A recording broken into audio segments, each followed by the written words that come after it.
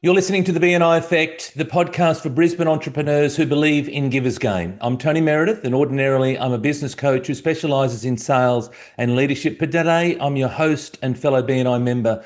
And today is a huge milestone for the BNI Effect podcast. Today is episode 100, which is a huge achievement. And I'm incredibly proud of what we've been able to achieve over the 100 episodes. And I feel incredibly privileged that I've been able to speak to some amazing BNI Brisbane members. Now, to help celebrate this milestone episode, I have a very special guest joining me. Now, normally, as you know, I speak to a Brisbane BNI member, but today I'm speaking to the gentleman who founded BNI, Dr. Ivan Misner. Now, Dr. Ivan Misner is the founder and chief visionary officer of BNI, the world's largest business networking organisation. Founded in 1985, the organisation now has 11,700 chapters in 76 countries throughout every populated continent of the world. Last year alone, BNI generated 17.8 million referrals, resulting in more than 26.7 billion USD worth of business for its members. Amazing. Dr. Misner's PhD is from the University of Southern California. He's a New York Times best-selling author who's written 32 books, including his newest, New York is a Marathon, Not a Sprint, Networking is a Marathon, Not a Sprint. He is also a columnist for entrepreneur.com and has been a university professor at several universities, as well as a member of the Board of Trustees for the University of Lavem. Called the father of modern networking, both by Forbes and CNN, Dr. Misner is considered to be one of the world's leading experts on business networking and has been a keynote speaker for major corporations and associations throughout the world. He's been featured in LA Times, Wall Street Journal, New York Times, as well as numerous TV and radio shows, including CNN, the BBC, and the Today Show on NBC. He's travelled to all 7 continents of the world, including Antarctica. He has been recognised by the Red Cross for his philanthropic work and was also named the Humanitarian of the Year by 2010 magazine in California. Additionally, he has been the recipient of the John C. Maxwell Transformational Leadership Award. He is the co-founder of the BNI Charitable Foundation and is married to Jody Misner. And by the way, in his spare time, he's also an amateur magician and a black belt in karate. Welcome, Ivan. Well, thank you. That interview, that introduction just took up the whole interview. That's it. Thank you for joining us. Bye for now. Oh, listen, it's my pleasure to be here, Tony. I love Australia. I've been there many, many times, and I was just there to Sydney for our international convention. I've been to Brisbane, and I learned, I actually learned something new at the recent convention in Sydney, and it was Aussie, Aussie, Aussie. Oi, Oi, oi, oi, oi. oi. You got it. I think every time I got on stage, I did that once I saw it. So I love it. Amazing, amazing. Australians are amazing. And okay, so I'm going to tell you something Please. that I've never said in any interview ever. Wow, a scoop. Okay? Here we go. My dad fought in the Korean War. He was a veteran of the Korean War. And he talked negatively about one, he was in the Army. He talked negatively about one branch of the US military. But he said, I would much rather be standing next to an Australian soldier than that branch of the military. He was incredibly respectful of the Australian military from the Korean War. He was in the Korean War. I don't think I've ever said that on any. Well, I know I've never said that on any interview. Wow. So, Wow. Yeah, he loved Australia. Excellent. Well, thank you for choosing to share that here on our podcast. Let's talk about BNI, given you founded BNI in 1985. So when you look at what it's become globally, what surprises you the most? Well, I mean, I think what it really surprises me the most is the concept of different people, different places, different countries, different cultures. We all speak the language of referrals. When I started BNI, I didn't really consider the fact that it would be global. I mean, I was thinking of it more locally, regionally, maybe nationally. And so it was really interesting to learn that there is something we don't think about. We think about all the Australian culture, American culture, various Asian cultures, Western European cultures, but there's a culture we don't think about. And that's the culture of entrepreneurism. Mm. And entrepreneurs really just want to do things more effectively or more efficiently wherever they are. And so the beauty of BNI is that we're not in the original stages, in the early stages of your membership in BNI. It's not like you're doing business in Australia with somebody in North America. You're doing business with local business people. So so you've got this culture of the local community, but this overlay of a structure and a system that works globally. And so what we don't think about is that there is this culture of entrepreneurism, and that tends to transcend many other cultural differences that one might think of. And we always, as humans, we look at how we're different first, but not how we're the same first. And I'll give you a great example and Please. let you go to the next question. No, please go. All right. So when we were opening up in Japan, I had a prospective member who was, talking about opening up in Japan and saying, well, it's not going to work so well in Japan because Japan has as do several Asian countries, but in Japan they call it the maishi ritual, where you hand a card like this, you bow, and then of course you accept the card, you comment. And he said, Japan is like way different than the US. US, it'd be like, oh, yeah, here's my card. It's like no big deal in North America, but in Japan, the card ritual the Maishu ritual is important. And I said, yeah, that's an interesting concept, but it's not going to make a difference. And he said, of course it will. I said, not so much. He said, why? I said, well, look, we're both handing out cards, right? I'm not handing you a paperweight and you're handing me a card. We're both handing out cards. And what we tend to look at first is how we are different as opposed to how we are the same. And we are the same in so many ways. And every country we are in the 75 plus countries, we all want to do business with people we know, like, and trust. Amazing. And in an entrepreneurial nation, that's key. And so many other things kind of fall to the side because you're doing business within your local community and building that trust. Now, as time goes on, if you're a BNI member, you can expand and do business in other communities, but it's that connection to BNI and the philosophy that I know you're going to want to talk about, Giver's Gain, later that makes this work so well. Yeah. Culture of entrepreneurism. Amazing. I love it. Now, you said that initially you never started off with the vision to be global. At what stage in the journey, Ivan, did that start to become the realization that, hey, this thing could potentially, cover the world? Yeah, well, in 1986, a year after I started BNI, I did some calculations, and this is before Monsieur Google, where you could just get online and do calculations. I had to go to a university library where I was teaching and sit down with reference books and do calculations. And I figured that someday BNI could have over 10,000 chapters. And I came to that conclusion in 1986, 18 months after I started BNI. Wow. And I'll never forget, I said to a friend of mine, I think, his name was Bruce. I said, Bruce, I think this BNI thing, I think we might actually have over 10,000 chapters someday. And he said to me, how many chapters do you have now, Ivan? I said, well, 30. He said, and you think you can have 10,000? I said, yeah, actually, I do. I think it's a distinct possibility looking at, the populations around the world. I think we could definitely have 10,000. And we now have 11,700, over 11,700 worldwide.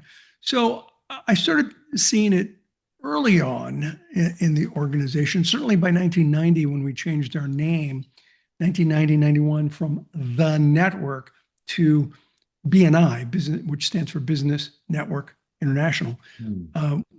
I knew we were going to be global. So what was the problem that you were trying to solve back when you started? Well, I was looking for referrals. I was a management consultant. I got all of my business, 100% of my business, through either speaking engagements or referrals. And the challenge was that we don't teach this in colleges and universities anywhere in the world. We don't teach networking, referral marketing. It's just not taught. I mean, I have 10 years of university schooling, and I never had a class that did more than a simple discussion about networking. They certainly didn't have a class on networking. And so we don't teach this in colleges and universities. And I realized that we needed a system and a process that we could teach business people how to build their business through referrals. And when I started BNI, I was young. I was 28 years old when I started BNI. And at first I thought everybody had this figured out, It's like I'm 28, they got it all figured out. But as I started BNI, I realized nobody's got this figured out. Nobody really understands how to generate referrals on a regular basis. And that's when I started writing everything down. I wrote down what worked. I wrote down what didn't work. And that ended up becoming effectively used in many of my books over the years. So give us gain, you touched on it earlier, and it's one of our core values today. But was that one of the foundational philosophies when you started BNI? Yeah, it really was. Although we didn't use those words in the very beginning, we used that concept. The words came about very soon after I started BNI. It's really interesting how phrases or concepts you implement early in your company. Some of them you think, oh, this is brilliant. This is gonna be, forever. And like it has no legs and it doesn't work. Yeah. And then there are some simple ideas like those two words, giver's gain. I thought this is good. This is good. This says everything. I had no idea what impact it would truly have on the culture of the organization. And what I love about the concept of giver's gain is that to me, it's more than a phrase. It's a way of living one's life. It's a perspective to view and interact with the world. It's an attitude, not an expectation. And when it's applied properly, it'll change your life. And when it changes enough lives, it'll change the world. And that's what we're doing with this philosophy of giver's gain. Amazing. Now, BNI, some 41 years on, has achieved phenomenal success. But in the early days, what resistance or skepticism did you face from business owners? Well, you're going to laugh. I mean, there's a couple of things that came up. One you kind of makes sense. When I was starting BNI, it was a pretty new concept. I mean, I wasn't the only person to start a networking organization back then, but it was a fairly new concept. And so a lot of people were like, well, is this a service club like Rotary, Lions, Kiwanis? I'm like, no. They're great organizations. I was a Rotarian for 16 years, great organizations, but they're about service to the community. We're about referrals. But the biggest thing, and here's where you're going to maybe laugh a bit, is people are like, is this Amway? No. Is this multi-level marketing? No, it's not multi-level marketing. Now we could have a member who's represents a multi-level marketing company in BNI, but no, BNI is not multi-level marketing. I mean, we're closer to McDonald's than Amway because we're a franchise. So I mean, we're a franchise, not MLM. And again, there's nothing wrong with MLM. But what I had to deal with constantly as we opened up new countries is this a multi-level marketing organization, which it is not. Well, it's interesting you say that because even today, occasionally we get people will say, "What's the catch?" Like there's got to be a catch. Like you're not telling me something about BNI. And of course, as you and I know, there is no catch. It is about. Okay, I'd say there is a catch. Okay, sure, go for it. Accountability, showing up in accountability. That's the catch. The catch is you have to be present. You have to be accountable. You have to be engaged. Yep. That's it. That's the catch. Yep. Is that you got to be involved. It's sort of like a gym membership. Yep. you can pay for a gym membership, but if you don't go, you don't work, you're not going to get the results you want. It's almost identical. It's a different scenario, but it's almost Sure. identical in its application. You got to show up, you got to be engaged. And if you do those things, you're going to get results. That's the only catch. You get out of things what you put into them. Absolutely. Yeah. Now, you've often said that networking is more around farming than hunting. Can you Yeah. expand on that philosophy, Ivan? Well, when I came up with that phrase, networking is more about farming than it is about hunting. It was really about the idea that it's about cultivating relationships, that it can't be transactional. If it's transactional, it's not going to work. If you're out there, just looking to make a sale, that's not networking. I mean, even a blind squirrel can find a nut, right? You can stumble over business when you're out there networking, but the key is to build relationships where people want to refer business to you. And so that's farming. It's about cultivating relationships. Now, my latest book has a kind of a different metaphor, but similar concept that networking, and the title of the book is Networking's a Marathon, Not a Sprint. And it's a similar concept. It's a marathon. If you go into networking and you want to join various networking organizations and you're sprinting, you're just running, doing all kinds of things, you're going to burn yourself out. You have to be consistent. It's the long haul. It's building a relationship over time. And when you do those things, you're going to be successful. I mean, you said it. It was 26. I think the final number was, 27 billion US dollars Yep. worth of business in 2025. 27 billion. If you take a look at United Nations estimates of GDP, gross domestic product, there are actually 100 countries in the world with a lower GDP than what BNI generated for its members in 2025. That blows my mind. Correct.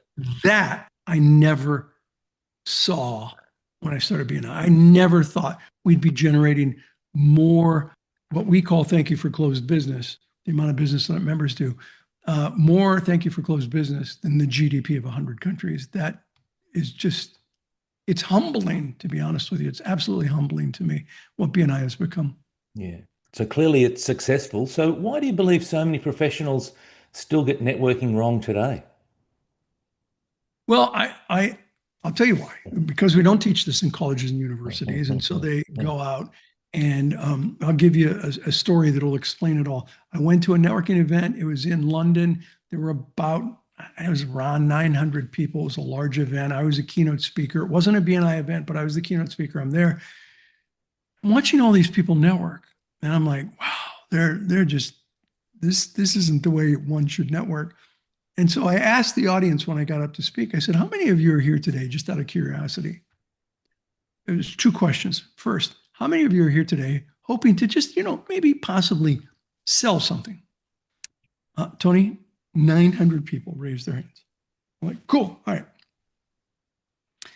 Second question, how many of you are here today hoping to just maybe possibly buy something? Nobody raised their hands. Right. Not one single person. So this is what I call the networking disconnect. People show up at networking events wanting to sell, but nobody's there to buy. So why go? Here's the reason. You want to work your way through the VCP process.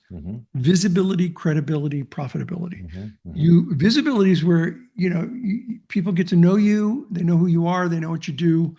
Then over time, you move to credibility, and getting to credibility takes time. You get to credibility where people know who you are, they know what you do, they know you're good at it. And then eventually you get to profitability where people know who you are, they know what you do, they know you're good at it, and they're willing to refer business to you because they know you're good at it. So you go to networking events to connect with people on those three levels. It's a different conversation when you're meeting someone for the first time. That's a visibility conversation. When you know somebody and you're at credibility, that's a different conversation. When you know somebody and you're at profitability, you're referring business to them or they're referring business to you, that's a different conversation.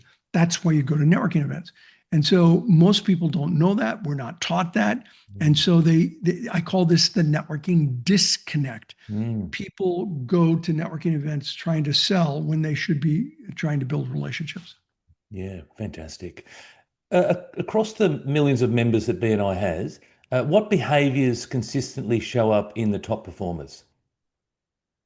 Well, to me, it's commitment and accountability. Mm-hmm. Um, those are two really important things. And frankly, they're important in almost any successful business, but it's commitment and accountability.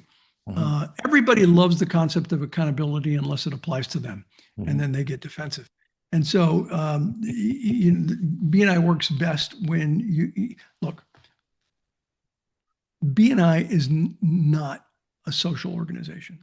Do we socialize? Yes. It's not a friendship organization. Do we create friends in it? Yes. The problem, though, is that friends don't like to hold friends accountable.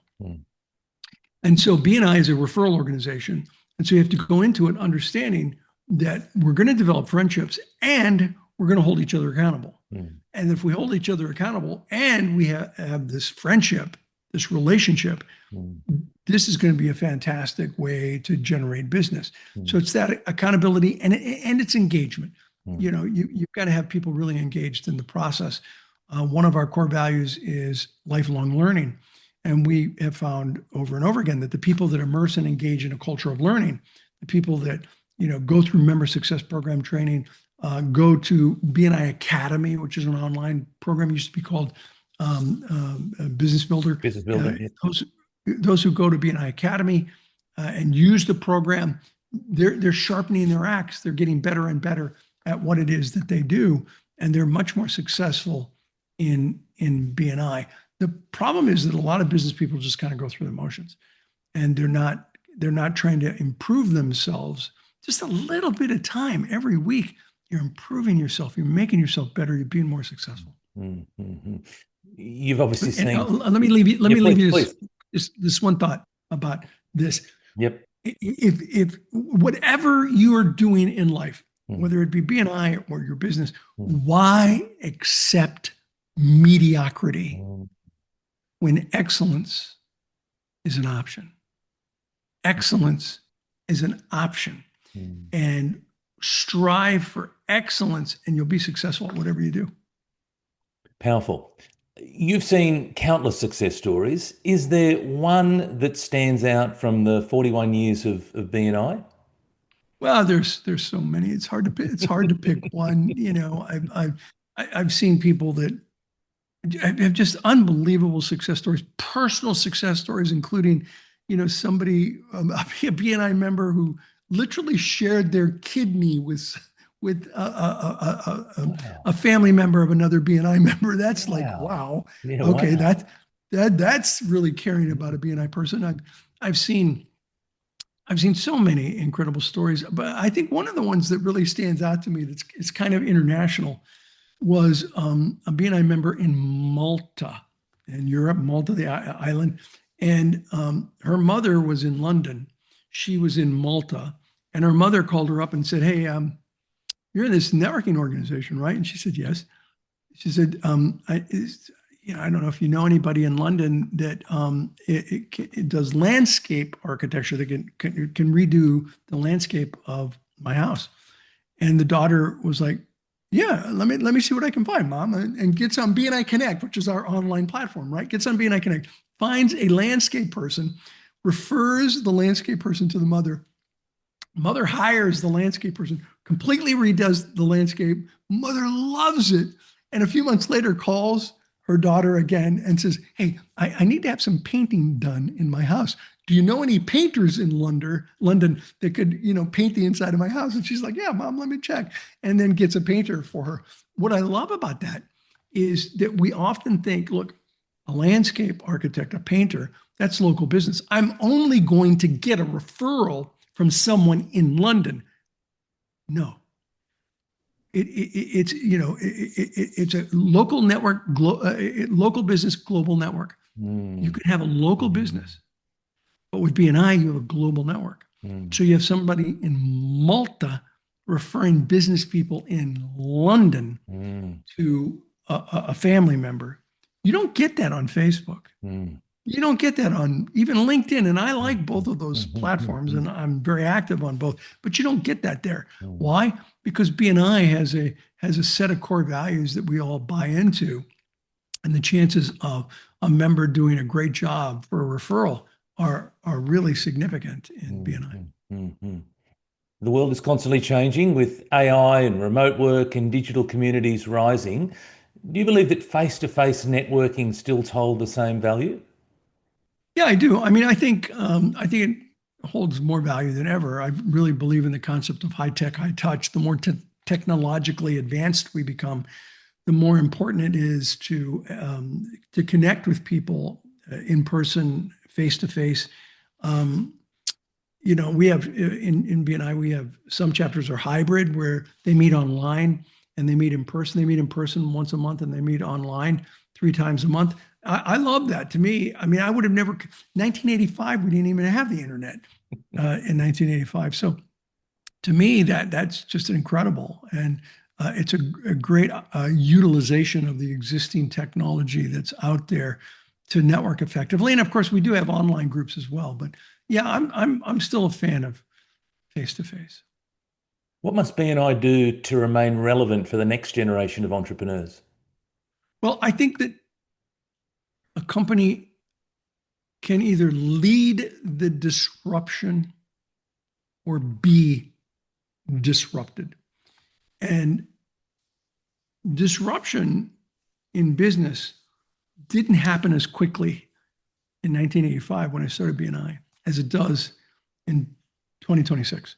Disruption happens very quickly. With technology, AI, all of these things are very potentially disruptive. And I think a company that's going to be successful today needs to lead the disruption, not be disrupted. And there are so many companies that have gone out of business because they were unwilling to change. I mean, to me, the classic example is Kodak, the film processing company. Many people don't know this, but Kodak invented the digital camera.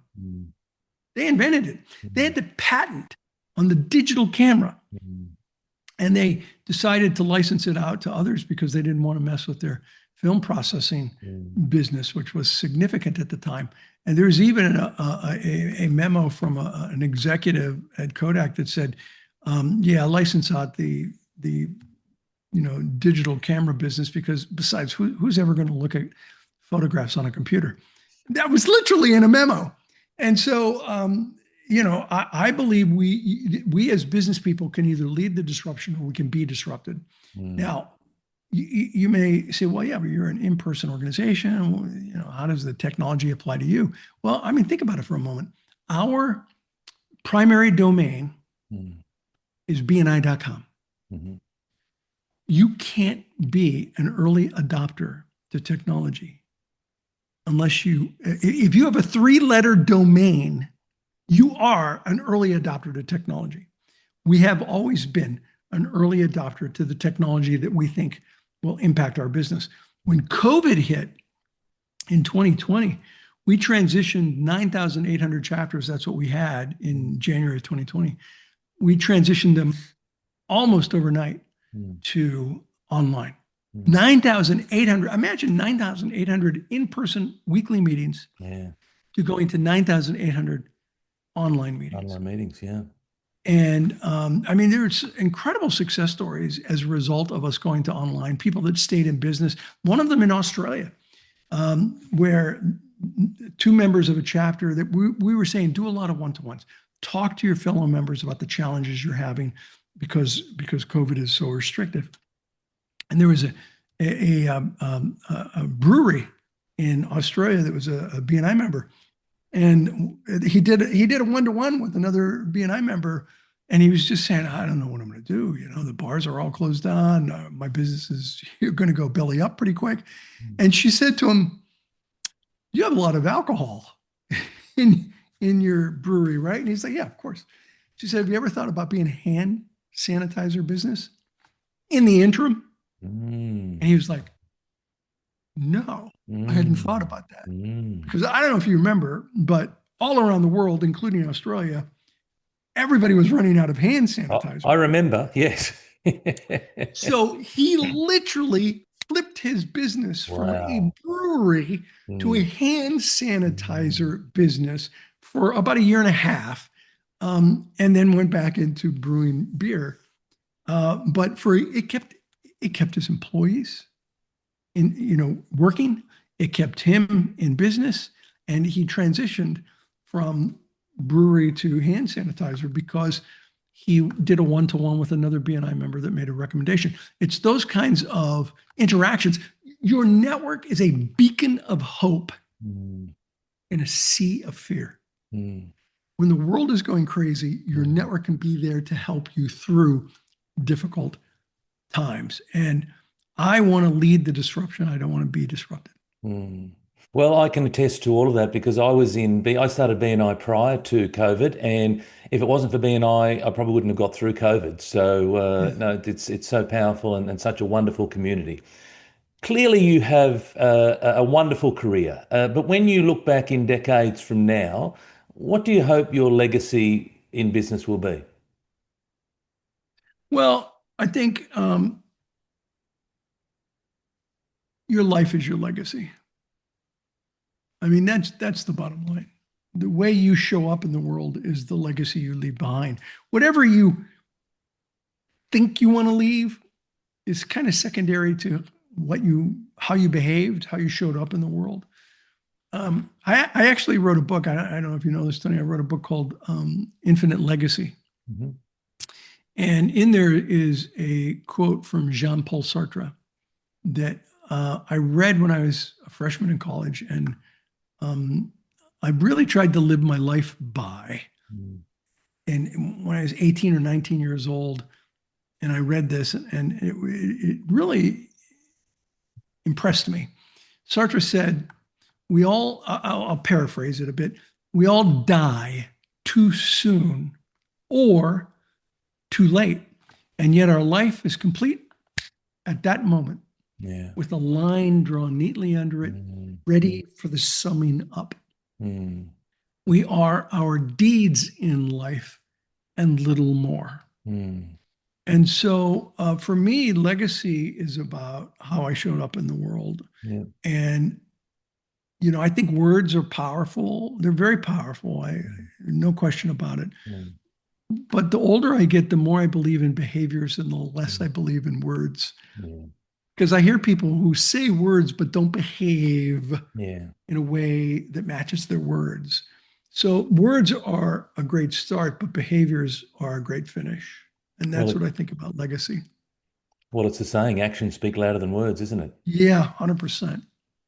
If you could go back to 1985 and give young Ivan one piece of advice, what would it be? Well, can I give you three? Go for it. One is live your values. Mhm, mhm, Just live your values. Be clear about what personal values you have and then live those values mm, and don't let bright, shiny objects get in the way of living the values that you have. That's one. Two, failure is your tuition for success. mhm, That don't worry about making mistakes. You will. mm, It's inevitable. mm, Use those failures as tuition mm, for success. In other mm, words, use those failures as a learning opportunity to do things differently, do things right. mm. And the third is a little more personal. It's don't worry about finding the love of your life. You'll be blessed. You'll be fine. It'll all work out. Wow. I was a young man. I was 28, Yeah, and yeah. so it's like don't worry about women. It'll all work out okay. Fantastic. Now, what's the single most important piece of advice that you'd give to a business owner who wants to grow through relationships? Well, it's through relationships. It would be the idea that it's a marathon, not a sprint. You give it time, build relationships over time. It doesn't happen overnight. Be there to help other people. When you're meeting people, ask how can you help them. do your best to help them, they're more likely to help you. It's that philosophy of givers gain. But in general, I mean, here's a soundbite I think that everyone could get value out of, and that is, if you want to be successful in business, do 6 things 1,000 times, not 1,000 things 6 times. And what tends to happen with business people is they tend to do 1,000 things 6 times, and they can't figure out why they're not growing. And you want to grow, you want to scale your business, do 6 things 1,000 times. Now, and by the way, it doesn't have to be 6, it could be 5. No, but I understand the concept. Right. It's just, you do a handful of things and you do it over and over and over and over again.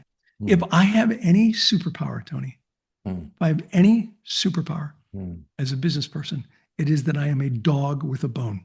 Wow. I will work something and work something and work something until I get it to where I want it. Now, what's 6 things? Well, you listen to shows like this, you listen to podcasts like this, you listen to people that you trust, and you go, that's a great idea. I'm going to do that. I'm going to incorporate that into my business. And so you find mentors or virtual mentors that you latch on, and then you do those handful of things and do them over and over and over and over and over again, and you're going to be successful. I mean, that's certainly the approach that I've used to build a global organization. Yeah. I call it inch wide, mile deep versus inch deep, mile wide, isn't it? It's about getting quite narrow, getting really deep, as opposed to skimming the surface on a whole range of things. Right. I use the same phrase with networking. If your network is a mile wide and an inch deep, it'll never be very powerful.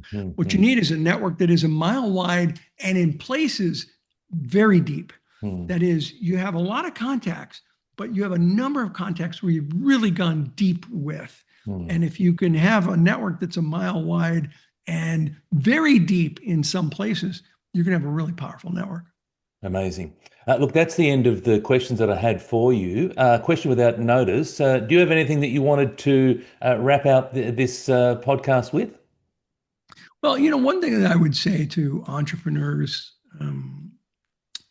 is really try your best to work in your flame and not in your wax.